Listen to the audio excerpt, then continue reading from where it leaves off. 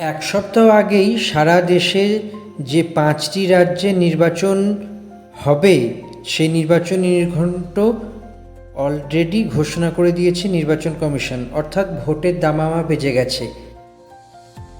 এই ভোটের দামামা বাজার পরে প্রচার এবং প্রচারের সঙ্গে সঙ্গে আরও যে বিষয়গুলি অত্যন্ত গুরুত্বপূর্ণভাবে রাজনীতির সঙ্গে সংযুক্ত থাকে সেই বিষয়গুলি হলো বিধানসভা ভোট কী প্রকার হবে বা বিধানসভা ভোটের ইস্যু কী থাকবে। রাজ্যের শাসক দল এবং বিরোধী দলগুলির মধ্যে এই নিয়ে চাপাতুর থাকে।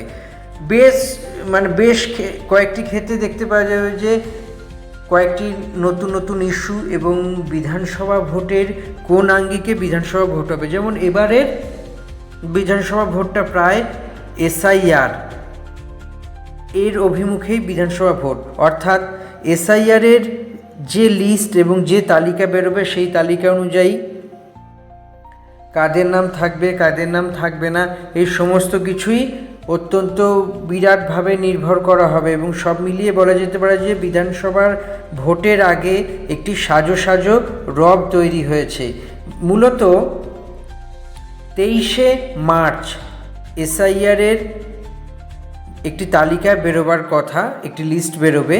কখন বেরোবে তা নির্বাচন কমিশন অলরেডি জানিয়ে দিয়েছে। নির্বাচন কমিশনের ওয়েবসাইটে গিয়ে বিস্তারিত বিষয় জানতে পাওয়া যাবে। অর্থাৎ বিধানসভা ভোটের যে খুঁটিনাটি তথ্য এবং বিধানসভা ভোটে কারা কারা এলিজিবল হলো এবং এরপরেও কোনো তালিকা বেরোবে কি বেরোবে না এই সমস্ত বিষয় নিয়ে অত্যন্তভাবে রাজনৈতিক জমি কিন্তু সরগরম।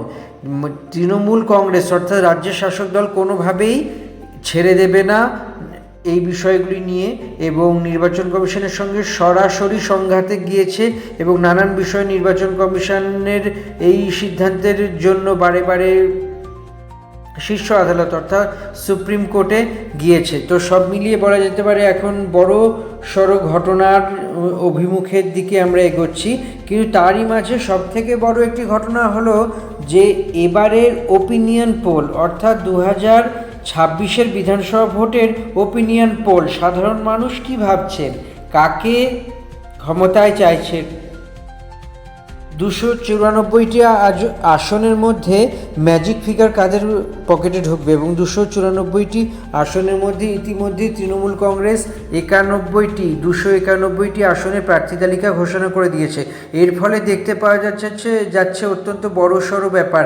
সেই বড়সড় ব্যাপারটি কি না, নির্বাচন কমিশন যেই পদ্ধতিতে নির্বাচন করছে এবং নির্বাচনের যে প্রেক্ষাপট সেই প্রেক্ষাপট এবং বিরোধীদের ইস্যু, শাসক দলের ইস্যু, এই সমস্ত কিছু মিলেমিশে জনতা জনার্দন কোন দিকে একটুখানি ঝুঁকে পড়েন এই সমস্ত কিছুই আর কয়েক সপ্তাহের মধ্যেই পরিষ্কার হয়ে যাবে। কিন্তু সবথেকে বড় কথা ওপিনিয়ন পোল, এই ওপিনিয়ন পোলে যে মারাত্মক ফোরকাস্ট উঠে এসেছে সেই ফোরকাস্টটি এবার আপনাদের সঙ্গে তুলে ধরে রাখার চেষ্টা করা হচ্ছে।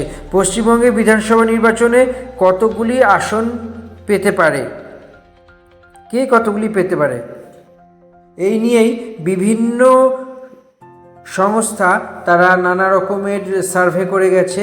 ওপিনিয়ন পোল অনুযায়ী বিপুল সংখ্যাগরিষ্ঠতা নিয়ে ফের তৃণমূলই ক্ষমতায় ফিরতে চলেছে এমনই জানা গিয়েছে। বেশিরভাগ সমীক্ষা থেকে এটি জানা যাচ্ছে। একাধিক সার্ভেতে উঠে এসেছে যে আবার তৃণমূল কংগ্রেস ক্ষমতায় ফিরতে চলেছে। বিভিন্ন সংস্থা কেউ কেউ দাবি করছে 184, কেউ 194 আসন জিতে তৃণমূল কংগ্রেস ফের ক্ষমতায় আসবে এবং চতুর্থবারের জন্য মমতা বন্দ্যোপাধ্যায় মুখ্যমন্ত্রী হতে চলেছেন। বিজেপি পেতে পারে 98 থেকে 108টি আসন এবং অন্যান্যরা পেতে পারে 3টি আসন। জনমত সমীক্ষাতেও পরিষ্কার হয়ে গিয়েছে মমতা বন্দ্যোপাধ্যায়ের জনপ্রিয়তার ওপর নির্ভর করেই তৃতীয়বারের পর চতুর্থবার রাজ্যে ক্ষমতায় ফিরতে চলেছে তৃণমূল কংগ্রেস। মুখ্যমন্ত্রী হিসেবে তার কারা পছন্দ করছেন এই প্রশ্নের জবাবে অধিকাংশ মানুষই 48.5% জানিয়েছে মমতা বন্দ্যোপাধ্যায়কেই তারা বেছে নিয়েছেন। অন্যান্যরা মুখ্যমন্ত্রী হিসেবে শুভেন্দু অধিকারীকে বেছে নিয়েছেন এবং সেক্ষেত্রে 33.4% তাদের পছন্দের রেট বলা যেতে পারে। এবং একই সঙ্গে ভোট শতাংশের দিক থেকে বিচার করলে দেখা যায় বিজেপিকে অনেকখানি পেছনে ফেলে দিয়েছে তৃণমূল কংগ্রেস, এবং জনমত সমীক্ষায় উঠে এসেছে বিধানসভা নির্বাচনে তৃণমূল কংগ্রেস পেতে পারে 41.9% ভোট, সেখানে বিজেপি পেতে পারে 34.9% ভোট, অর্থাৎ ফারাক অনেকটাই। গত 5 বছরে রাজ্য সরকার কেমন কাজ করেছে এই প্রশ্নের উত্তরে 43.3% মানুষ জানিয়েছেন তৃণমূল কংগ্রেসের কাজ ভালো অথবা খুব ভালো, এবং 20.6% মানুষ উত্তর দিয়েছেন রাজ্যে খুব খারাপ কাজ হয়েছে। আর রাজ্য সরকারের গত 5 বছর পারফরমেন্সকে অত্যন্ত খারাপ বলেছে 18.3% উত্তরদাতা বা মানুষ। এই সমস্ত কিছুই নির্ভর করছে আগামী দিনে ভোট যত এগিয়ে যাবে ততই কি হবে, কি ইকুয়েশন হতে চলেছে তারই উপরে সব থেকে ভালো করে বলা যেতে পারে যে তৃণমূল কংগ্রেসের এই বড়সড় যে একটা জয় পেতে চলেছে, ওপিনিয়ন পোলে তার রিফ্লেকশন দেখতে পাওয়া যাচ্ছে, সেই সমস্ত কিছু কি আদৌ ইভিএমে একই রকম রিফ্লেক্ট করবে? বেশি দেরি নেই, তার জন্য আমাদের অপেক্ষা করতে হবে আর কয়েকটি সপ্তাহ পরেই আমাদের সবার সামনে পরিষ্কার চিত্রটি চলে আসবে, অর্থাৎ যেটাকে হিন্দিতে বলা হয় দুধ কা দুধ পানি কা পানি।